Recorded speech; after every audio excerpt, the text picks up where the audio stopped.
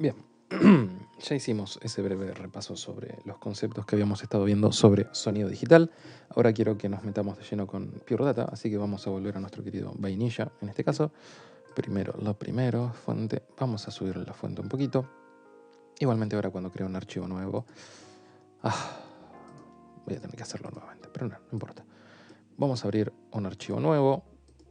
Efectivamente, fuente, voy a dejarlo en 24. Algo con lo que quiero que trabajemos hoy es con archivos de audio directamente. Primero que nada, ahora que ya estuvimos viendo estos conceptos sobre audio, hay que hacer un par de aclaraciones. Pure Data no acepta archivos MP3, ¿sí? Solo podemos trabajar con archivos .wav o .flac.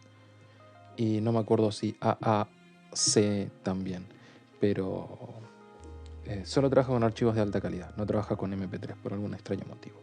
Y nunca quisieron, como está pensado para trabajar con audio de alta calidad supuestamente, nunca se pusieron medio elitistas y nunca aceptaron MP3. Así que ya sea al momento de grabar, tengan en cuenta que los archivos que se generen a la salida de Pure Data siempre van a ser WAV, y al momento de querer leer un archivo de audio no van a poder cargar un archivo .mp3, siempre tiene que ser un archivo WAV. Primero que nada quiero que veamos un objeto en particular, que es este hermoso objeto que se llama readsf, SF de sound file o archivo de audio. Este hermoso objeto readsf nos permite leer justamente archivos de audio de su nombre, ahí mismo lo dice. Entonces yo lo que necesito es una serie de instrucciones primero que nada. Lo que tenemos que tener en cuenta es que por el inlet de la izquierda, el inlet superior de la izquierda, lo que entra es nuestras órdenes. Primero que nada, un mensaje con la ruta del archivo que queremos reproducir, un mensaje para que empiece a reproducirlo y un mensaje para que se detenga. O bueno, salvo que dejemos que el archivo se reproduzca hasta el final, en cuyo caso corta solo. Y del lado derecho, del lado inferior, en los outlets, nosotros lo que tenemos es por la izquierda la salida de audio. Esto es lo que tenemos que conectar a nuestro output directamente o nuestro conversor analógico digital analógico, perdón, lo que ustedes quieran usar, el DAC o el output, acuérdense que son versiones de lo mismo. Yo lo puedo conectar directamente acá o lo puedo conectar acá.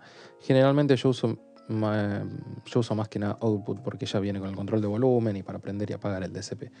Pero lo podría hacer tranquilamente con DAC, un control de volumen aparte y mis mensajitos para prender y apagar el DSP. Y el inlet de la derecha, que lo que me envía es un bang cuando termina el archivo de audio, cuando se termina de reproducir el archivo de audio. ¿Sí? Acá tenemos, como siempre, si abrimos la ayuda, lo voy a hacer siempre. Acuérdense que es importantísimo porque acá tenemos la posta del asunto.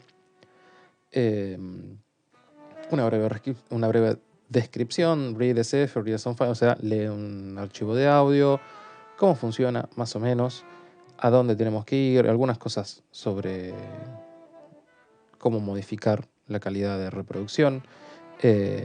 Nada, todos los detalles. Yo, por ejemplo, puedo establecer mediante argumentos en mi objeto readsf la cantidad de canales que quiero que lea. O sea, yo puedo enviar un archivo estéreo o puedo enviar, la cantidad de canales a la salida que va a tener, porque yo puedo leer un archivo y hacer que salga estéreo o puedo hacer que salga por múltiples canales, de nuevo si estoy trabajando con multifonía. Y el buffer size. El buffer size es básicamente, es otro concepto que probablemente ya hayan visto, es básicamente un pedacito de la memoria que yo dejo reservada exclusivamente para leer archivos de audio. ¿Sí? En realidad, ¿qué estoy haciendo? Yo le estoy diciendo a la computadora, reservame X bits para leer tal archivo de audio. ¿Sí? Al poder almacenarlos primero antes de reproducirlos, yo hago que la reproducción sea mucho más fluida y por ende tengo menos posibilidad de que aparezcan clics o clips o drops o como quieran decirle. ¿Sí? Que es básicamente muestras que se perdieron porque no se llegó a interpretar bien y hace que se escuche un un clic en la señal. Hay un problema con esto. Obviamente esto no es gratis. Cuanto mayor es el tamaño de mi buffer, o sea, mayor es el tamaño de eso, no se olviden que primero se tiene que almacenar en la memoria y después se tiene que reproducir. Por lo tanto, cuanto mayor es el tamaño del buffer, mayor latencia yo tengo. ¿Qué significa latencia? Que entre que yo disparo mi señal, o sea, entre que yo mando mi señal de disparo para empezar y efectivamente se reproduce, no pasa instantáneamente, no pasa en el mismo momento, sino que pasa un cierto tiempo, que es imposible que no exista, salvo que existieran las computadoras cuánticas, que todavía no existen. Cuanto mayor es el tamaño de buffer, mayor es la latencia. O sea que desde que yo aprieto play hasta que se empieza a reproducir efectivamente el sonido, va a pasar un cierto tiempo. Con tamaños de buffer muy chicos no hay ningún problema porque esas latencias pueden estar por debajo de los 11 milisegundos, 10 milisegundos o menos incluso, no hay ningún problema. Cuando yo trabajo con tamaños de buffer muy altos, esas latencias pueden ser grandes y ya empiezan a ser perceptibles. Si solo es reproducir sonido no hay drama, porque yo aprieto y a lo sumo empieza, no sé, 100 milisegundos después. Yo voy a percibir como que empezó un poquito después de que yo lo apreté el botón, pero no es que va a afectar la reproducción, solo va a tardar más en reproducirse. El problema es cuando yo necesito trabajar con algo que dependa de la sincronicidad, o si yo necesito grabar. Si yo estoy grabando varias cosas en simultáneo, ahí sí es un problema, porque lo que yo estoy escuchando, o sea, está sonando con un retraso respecto de lo que yo estoy grabando. Entonces se me va a desincronizar todo. Y si lo estoy usando, por ejemplo, para monitorearme, no sé, volvemos al ejemplo del Audition. Yo abro una sesión multipista sobre la que quiero grabar una voz o una guitarra o lo que sea, tengo todas mis pistas de los demás instrumentos grabadas de antemano, me pongo a grabar y me pongo mis auriculares para escuchar eso que se está grabando, esas pistas que yo ya tengo grabadas.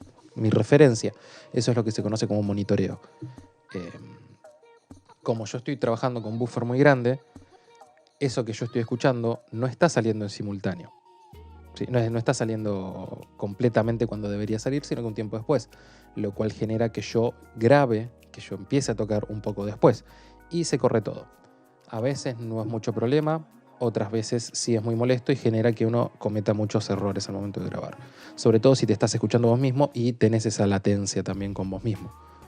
Pero nada, nos explayamos muchísimo sobre buffer size innecesariamente. Tengan en cuenta que el objeto readsf nos permite también establecer el tamaño del buffer. Pero bueno, no nos vamos a estirar con esto. Yo lo primero que necesito es un mensaje. Acuérdense, esto es un objeto, no un mensaje, que empiece con la palabra open y después me dé la ruta del archivo que yo quiero que lea. Y ahí es donde empiezan los problemas entre comillas.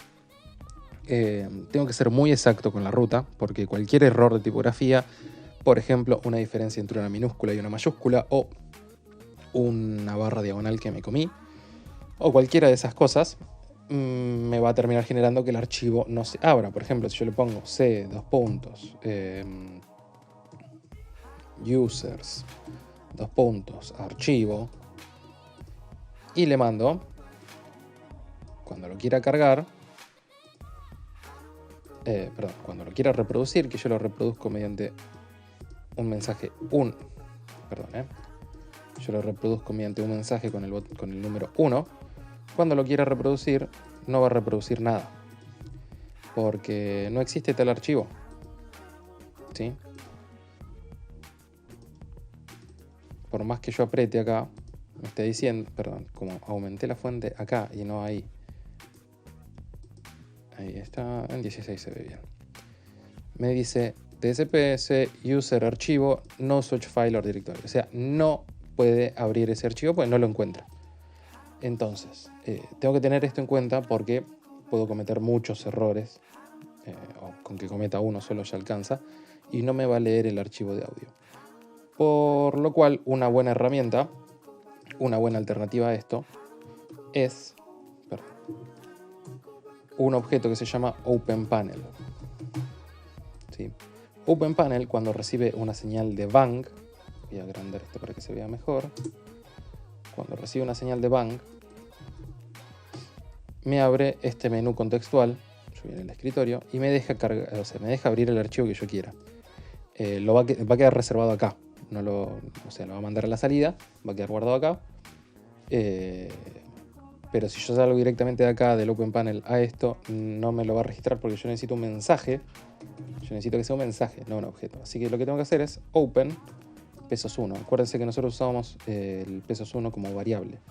Básicamente yo lo que le estoy diciendo es un mensaje open y reemplaza ese pesos1 por el archivo que yo abrí acá. Vamos a probarlo. Open, acá en el escritorio yo tengo algunos archivos de audio porque la ruta es mucho más sencilla. Y ya lo cargó. Si yo le doy ahora al play, deberían estar escuchando una campana. ¿Sí? Un mensaje 0 para detener la reproducción. Entonces vamos de nuevo. Ahora hay un problema. Ya terminó el archivo, ¿no? Voy a despejar la consola para que se note bien. Y esto lo voy a correr un cachito para que podamos ver la consola en simultáneo. Fíjense que si yo quiero darle reproducir de nuevo, start request with no prior open. ¿Qué me está diciendo básicamente? Que no encuentra ningún archivo, ¿sí? No sé qué hay, qué estás queriendo que yo reproduzca, me está diciendo. ¿Por qué? Porque lamentablemente, como esto es una variable, esto pasa una sola vez. Yo no puedo reproducir siempre con el mismo open. Siempre antes de reproducir, antes del botón 1, o sea, antes de pulsar el mensaje 1, tengo que mandar primero una señal de open con la ruta del archivo. Lo cual significa que si yo quiero reproducir de nuevo mi campanita, tengo que volver a cargarla. Automáticamente se cargó acá y ahora sí puedo reproducirla. ¿Sí? Y la detengo. Lo cual es bastante engorroso, ¿no? O sea, vamos a ser honestos. Cada vez que yo quiero reproducirlo, o si me equivoqué, o si lo que sea, tengo que andar cargándolo todo de nuevo. Por lo cual es más conveniente, en vez de usar esta secuencia así, ya escribir un mensaje con la ruta directamente. Y lo puedo hacer para no escribirlo a mano y para evitar cometer errores. Lo voy a hacer con una herramienta que estuvimos viendo la semana pasada cuando vimos MGen, el generador de envolventes, que eran el conjunto de objetos que me permitía escribir mensajes con datos que estaban entrando. List, prepend, set y list trim. ¿Por qué hago esto? O sea, yo pongo una caja de mensaje vacío porque ahora cuando yo abra mi objetito, fíjense que ya me quedó aquí guardada la ruta directamente de este archivo de audio que yo quiera. Esto es pura y exclusivamente para escribir un archivo de audio. Yo todavía no lo cargué, no hice absolutamente nada con esto, pero me permite obtener la ruta, obtener de manera fácil, rápida y segura la ruta de un archivo de audio. Entonces yo lo que voy a hacer es copiar esto y reemplazar mi pesos1, mi variable, por esta ruta directamente. Entonces no tengo que andar haciéndolo de abrir el panel cada vez que quiero reproducir el sonido. Simplemente cargo el sonido y lo reproduzco. ¿Sí? Voy a limpiar esto. Cargo el sonido y lo reproduzco. Este sonido particularmente tiene un silencio antes de empezar, así que quizás no es el más apropiado, pero para esto no sirve igual. Ahora, esto también se ha vuelto medio engorroso, ¿no? Habrán visto, porque obviamente tengo que andar apretando los dos. Entonces, había una herramienta, voy a copiar esto así no tengo que andar haciéndolo de cambiarle el tamaño como siempre. Había una herramienta que nos permitía enviar varios bangs de manera articulada y organizada, que era nuestro querido trigger, ¿sí? Acuérdense, yo puedo escribirlo como T solamente. Y lo que voy a hacer es generar un trigger bang bang. ¿Por qué? Porque cuando yo quiero que cuando yo apriete este botón de bang, mande primero la señal de open y después la señal de play. Entonces, con un solo botón, yo ya puedo reproducir mi archivo de audio. Acuérdense, 0 para detenerlo. Yo puedo reproducir cualquier archivo que sea .wav. Por ejemplo, ¿qué tengo acá? Tengo una grabación que estaba usando. Voy a modificar acá directamente porque no es difícil. Es un archivo de audio que estoy utilizando para para otro proyecto. Estoy sentado en una habitación diferente de la que estás ahora. Estoy grabando el sonido de mi voz y lo paro porque va a ser medio confuso que se escuche un archivo de audio con mi voz de fondo mientras yo hablo encima. Es medio confuso. Pero bueno, esto ya me permite trabajar con archivos de audio, ¿sí? Yo puedo modificarlos de aquí en adelante, procesarlos, ponerles efectos, utilizarlos para generar sonido. Esta es una de las maneras.